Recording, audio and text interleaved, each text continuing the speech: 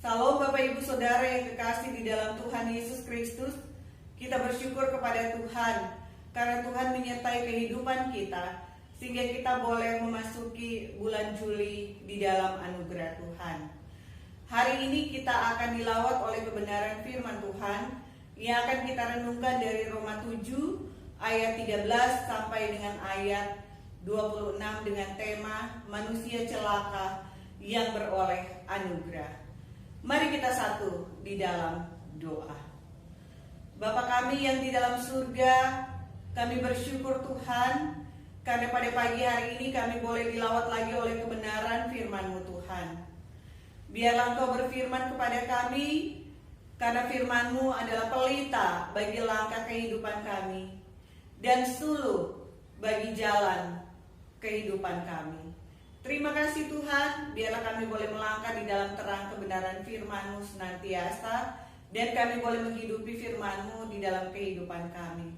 Berfirmanlah Engkau Tuhan, dan kami semua siap untuk mendengarkan firman Tuhan.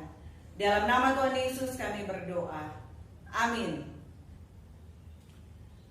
Bapak Ibu Saudara yang kekasih di dalam Tuhan Yesus Kristus, mari kita bersama-sama membaca bagian firman Tuhan yang akan menjadi bahan perenungan kita pada pagi hari ini dari kitab Roma pasal 7 ayat 13 sampai dengan ayat yang ke-26. Saya akan membaca ayat yang ganjil dan Bapak Ibu Saudara membacakan ayat yang genap sampai bacaan kita selesai. Demikian firman Tuhan. Perjuangan hukum Taurat dan dosa, ayat yang ke-13. Jika demikian, adakah yang baik itu menjadi kematian bagiku? Sekali-kali tidak, tetapi supaya nyata bahwa ia adalah dosa. Maka dosa mempergunakan yang baik untuk mendatangkan kematian bagiku, supaya oleh perintah itu dosa lebih nyata lagi keadaannya sebagai dosa.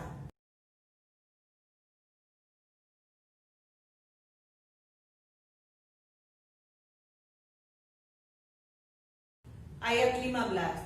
Sebab apa yang aku perbuat aku tidak tahu, karena bukan apa yang aku kehendaki yang aku perbuat, tetapi apa yang aku benci itulah yang aku perbuat.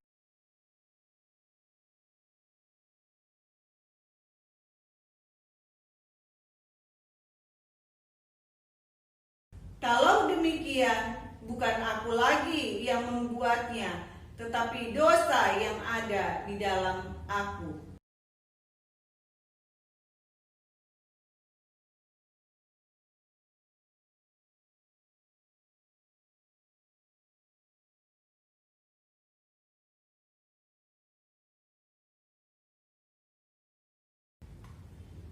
Ayat 19. Sebab bukan apa yang aku kehendaki, yaitu yang baik yang aku perbuat, melainkan apa yang tidak aku kehendaki, yaitu yang jahat yang aku perbuat.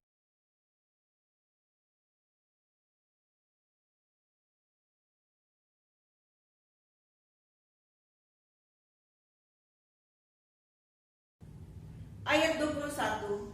Demikianlah aku dapati hukum ini, jika aku menghendaki berbuat apa yang baik, yang jahat itu ada padaku.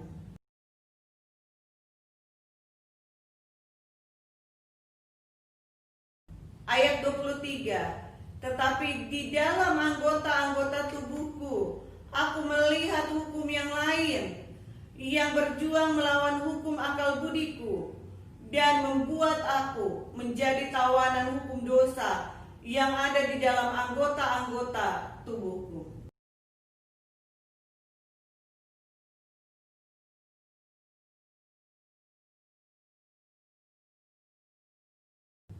Ayat 25.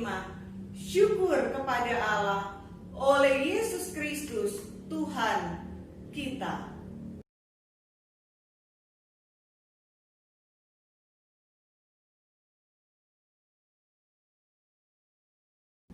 Sedemikian jauh pembacaan firman Tuhan kita saat ini. Yang berbahagia ialah mereka yang mendengarkan firman Tuhan dan yang melakukannya. Haleluya. Bapak, Ibu, Saudara yang kekasih di dalam Tuhan Yesus Kristus, banyak orang di dunia ini berpikir bahwa jika ia berbuat baik, maka yang buruk tidak akan menimpa hidupnya. Banyak orang yang percaya dengan hukum karma, bahwa kalau ia berbuat baik, maka yang baik akan diterimanya. Namun jika ia berbuat jahat, maka yang buruk akan diterimanya.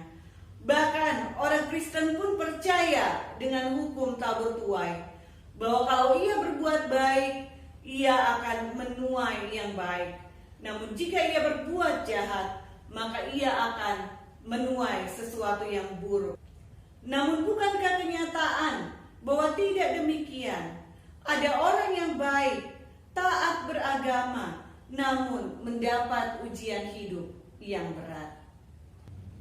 Bapak, Ibu, Saudara yang kekasih di dalam Tuhan Yesus Kristus, mungkin kita pernah bertanya di dalam hati kita, ketika kita menyaksikan orang jahat bertobat, mengapa ia yang sangat jahat diberikan pelajaran sebentar sama Tuhan, sesudah itu ia bertobat dan kesaksian kemana-mana? Mengapa aku yang setia sama Tuhan diizinkan Tuhan mengalami banyak sekali ujian hidup yang tidak henti-hentinya? Bukan hanya kita yang mempertanyakan hal ini, tetapi tokoh-tokoh Alkitab yang besar seperti Ayub yang saleh, Raja Daud yang dekat dengan Tuhan, Raja Salomo yang berhikmat, Nabi Yeremia yang besar juga pernah mempertanyakan hal yang sama. Bapak, Ibu, Saudara, di dalam perenungan kita kali ini, kita akan bersama-sama belajar tentang ungkapan Rasul Paulus tentang dirinya yang ia sebut sebagai manusia celaka. Apa yang dimaksud Rasul Paulus dengan ungkapan manusia celaka? Manusia celaka yang dinyatakan Rasul Paulus di sini di dalam bahasa aslinya memakai kata talaiporia, yang juga dipakai di dalam Wahyu 3 ayat 17, yang berarti suatu kondisi seseorang yang melarat, malang, miskin, buta, dan telanjang.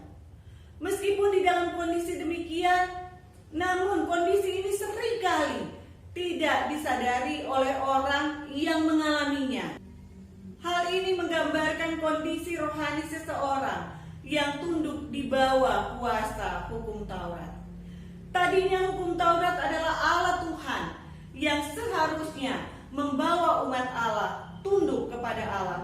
Namun kemudian dosa membawa mereka tunduk kepada hukum Taurat dan mengejar keselamatannya dengan giat melakukan hukum Taurat. Padahal keselamatan manusia bukan karena melakukan hukum Taurat, tetapi keselamatan manusia adalah ketika ia beriman kepada Allah, kepada Tuhan, dan hukum Taurat adalah alat bagi mereka untuk mengenal dan melakukan hukum Tuhan. Bapak, Ibu, Saudara, bagaimana kehidupan Rasul Paulus ketika masih hidup tunduk pada hukum Taurat? Ayat yang ke-13 dikatakan, "Jika demikian, adakah yang baik itu menjadi kematian bagiku? Sekali-kali tidak, supaya nyata bahwa ia adalah dosa. Maka dosa mempergunakan yang baik untuk mendatangkan kematian bagiku, supaya oleh perintah itu dosa menjadi nyata lagi keadaannya sebagai dosa." Dan di ayat yang ke-15 dikatakan, "Sebab apa yang aku perbuat aku tidak tahu, karena bukan apa yang aku kehendaki yang aku perbuat, tetapi apa yang aku benci itulah yang aku perbuat." Bapak, Ibu, Saudara, melalui bacaan teks ini Rasul Paulus menggambarkan dirinya ketika ia masih tunduk di bawah hukum Taurat. Ia berpikir bahwa hukum Taurat adalah solusi bagi keselamatan jiwanya. Karena itu ia dengan giat belajar hukum Taurat dan sekuat tenaga melakukan hukum Taurat, bahkan membela hukum Taurat. Ia berpikir bahwa semakin ia melakukan hukum Taurat, maka akan semakin nyata keselamatannya. Namun kenyataan justru sebaliknya. Ia mendapati dirinya semakin melakukan hukum Taurat, maka semakin menyeret dirinya untuk berbuat dosa. Semakin hukum Taurat menyingkapkan tentang hukum Tuhan, maka semakin banyak dosa Paulus yang nyata baginya. Di ayat yang ke-16 dikatakan, "Jadi jika aku berbuat apa yang tidak aku kehendaki, aku menyetujui bahwa hukum Taurat itu baik." Ayat 17, "Kalau demikian, bukan aku lagi yang memperbuatnya, tetapi dosa yang ada di dalam aku." Ayat 18, "Sebab aku tahu bahwa di dalam aku, yaitu di dalam aku sebagai manusia, tidak ada sesuatu yang baik, sebab kehendak memang ada di dalam aku, tetapi bukan hal berbuat apa yang baik." Ayat 19, "Sebab bukan apa yang aku kehendaki, yaitu yang baik yang aku perbuat, melainkan apa yang tidak aku kehendaki, yaitu yang jahat yang aku perbuat." Ayat 20, "Jadi jika aku berbuat apa yang tidak aku kehendaki, maka bukan lagi aku yang membuatnya, tetapi dosa yang diam di dalam aku." Bapak Ibu Saudara, di sini kita melihat semakin giat Paulus mengenal hukum Taurat, semakin banyak dosa yang disingkapkan. Semakin dia giat ingin melakukan hukum Taurat, dia ingin berbuat baik, tetapi semakin ia diseret di dalam melakukan dosa dan pelanggaran. Bapak Ibu Saudara, ada sebuah ilustrasi yang Bapak Ibu Saudara sering pernah lakukan di dalam kehidupan kita. Pasti Bapak Ibu Saudara pernah bercermin, bukan? Kalau kita bercermin saat penerangan tidak cukup, maka hanya sedikit pantulan yang terlihat. Namun semakin terang pencahayaannya, maka semakin jelas pantulan wajah kita akan terlihat. Bapak Ibu Saudara, ketika kita mau membersihkan dapur kita yang kotor, mungkin pencahayaan di dapur kita kurang. Tetapi ketika kita mengganti bohlam lampu dapur kita dengan watt yang lebih besar, maka semua kotoran, semua sampah yang ada di dalam dapur kita, semua noda akan terlihat. Demikian yang dialami oleh Rasul Paulus. Semakin ia mempelajari dan melakukan hukum Taurat, bukan ia merasa semakin selamat, bukan ia merasa semakin damai sejahtera, tetapi dosanya semakin disingkapkan melalui penyataan hukum Taurat.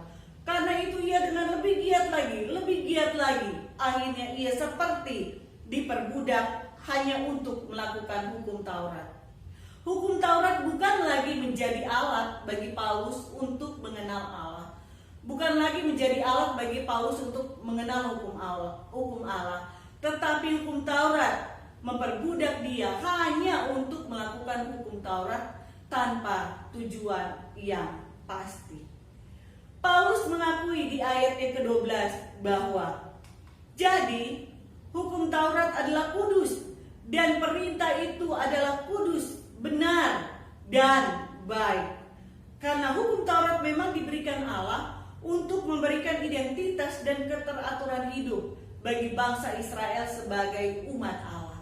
Di ayat 14 Paulus menyatakan, "Sebab kita tahu bahwa hukum Taurat adalah rohani, tetapi aku bersifat daging terjual di bawah kuasa dosa." Hukum Taurat diakui Paulus sebagai hukum yang rohani, namun bukan solusi bagi keselamatannya. Hukum Taurat menyatakan dosa dan pelanggaran yang seharusnya membawa manusia tunduk kepada Allah. Hukum Taurat membukakan tentang dosa, namun kedagingan manusia justru makin menyeret manusia untuk melakukan dosa-dosa yang disingkapkan hukum Taurat. Karena itu Paulus berkata, aku tahu apa yang baik, tetapi kedaginganku menyeret aku untuk melakukan justru apa yang sebaliknya, yaitu untuk memuaskan keinginan dagingnya. Bapak Ibu Saudara, ketika orang melakukan hukum Taurat dan ia gagal untuk mencapai standar dari hukum Taurat, mungkin ia berharap bahwa dosa-dosanya tersebut dapat dihapus dengan berbagai ritual keagamaan yang ada, seperti kurban-kurban yang dilaksanakan oleh bangsa Israel. Akhirnya, kesalehan hidup hanya menjadi sesuatu yang dapat dicapai dengan kekuatan manusia, seperti yang dilakukan oleh Rasul Paulus sebelum ia mengenal Kristus. Sebelum ia dijamah oleh Kristus, ia mati-matian berjuang membela hukum Taurat dan menganiaya orang percaya. Ia berpikir bahwa apa yang dia lakukan baik dan sesuai dengan kehendak Allah, dan berharap dengan cara tersebut ia akan menjadi semakin saleh. Di ayat yang ke-21 dikatakan, demikianlah aku dapati hukum ini, jika aku menghendaki berbuat apa yang baik, yang jahat itu ada padaku. Ayat 22, sebab di dalam batinku aku suka akan hukum Allah. Ayat 23, tetapi di dalam anggota-anggota tubuhku aku melihat hukum lain yang berjuang melawan hukum akal budiku, dan membuat aku menjadi tawanan hukum dosa yang ada di dalam anggota-anggota tubuhku. Akhirnya melakukan hukum Taurat bukan menjadi solusi, bukan mendatangkan keselamatan dan damai sejahtera, tetapi melakukan hukum Taurat membuat seseorang terkungkung, membuat seseorang menjadi tawanan, menjadi budak dalam mengejar dan mencapai kesempurnaan melakukan hukum Taurat.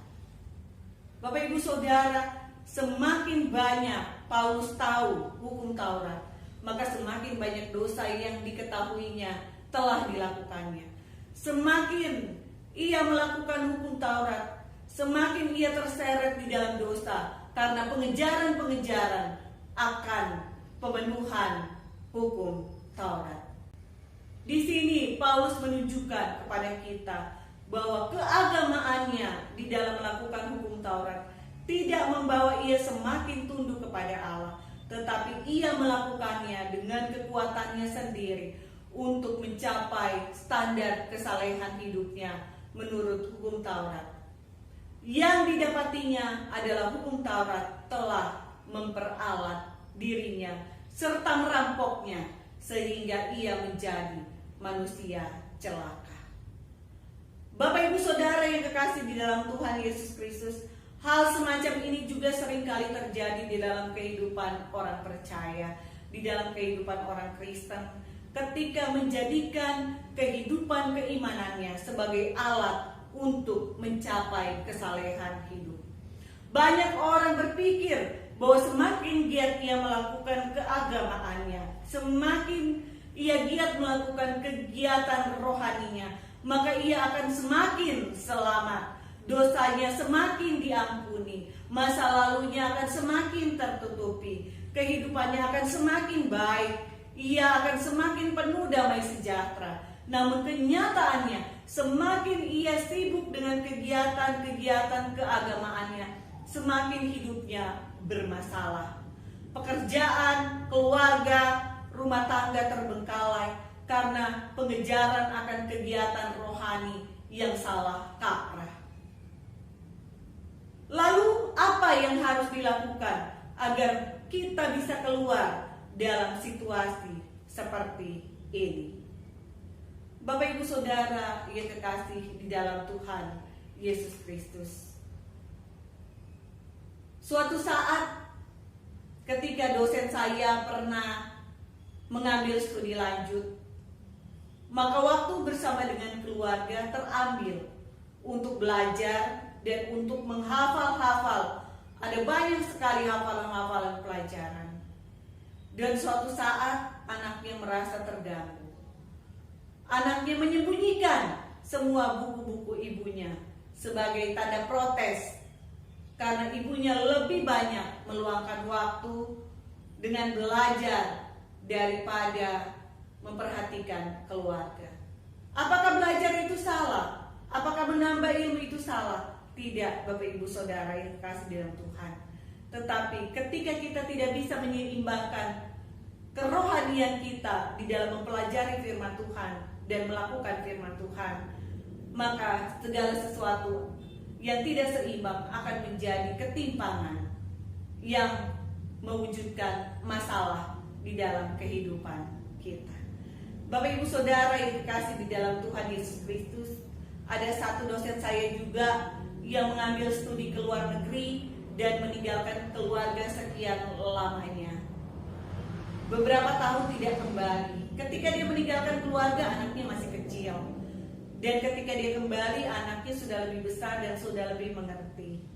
Ketika dia kembali ke rumah, dia membuka pintu dan dia langsung masuk ke dalam kamarnya.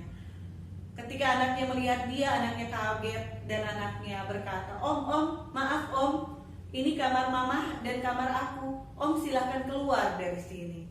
Bapak Ibu Saudara, apakah salah dosen saya belajar ke luar negeri untuk memperdalam ilmu teologi?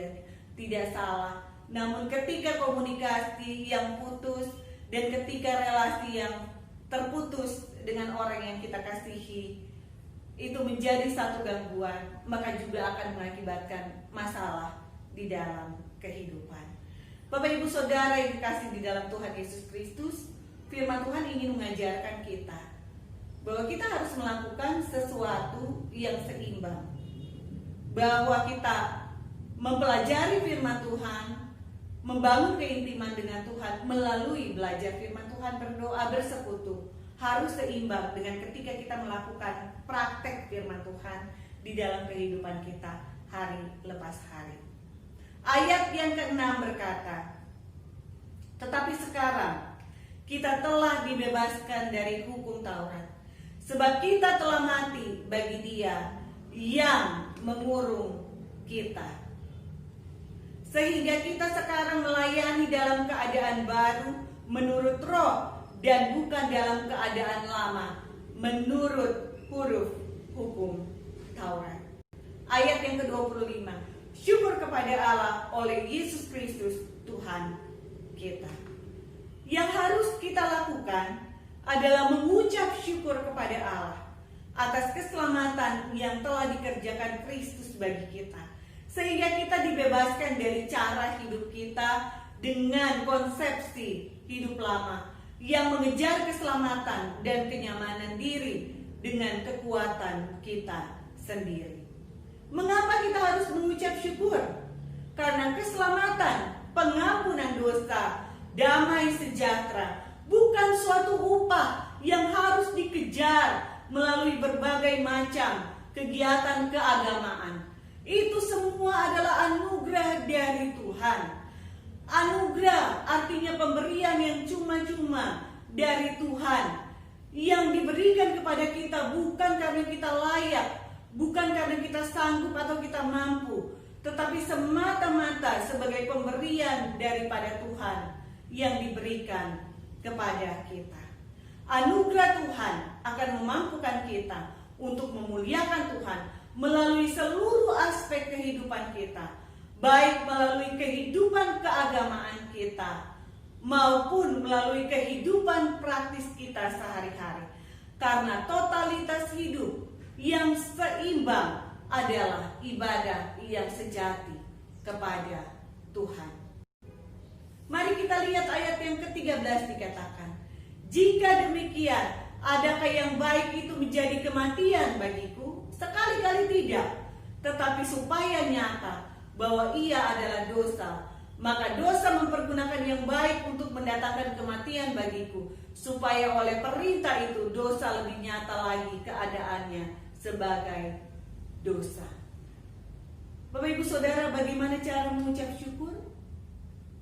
Di dalam 1 Tesalonika 5 ayat 18 menyatakan, mengucap syukurlah dalam segala hal, itulah yang dikehendaki Allah di dalam Kristus Yesus bagi kamu.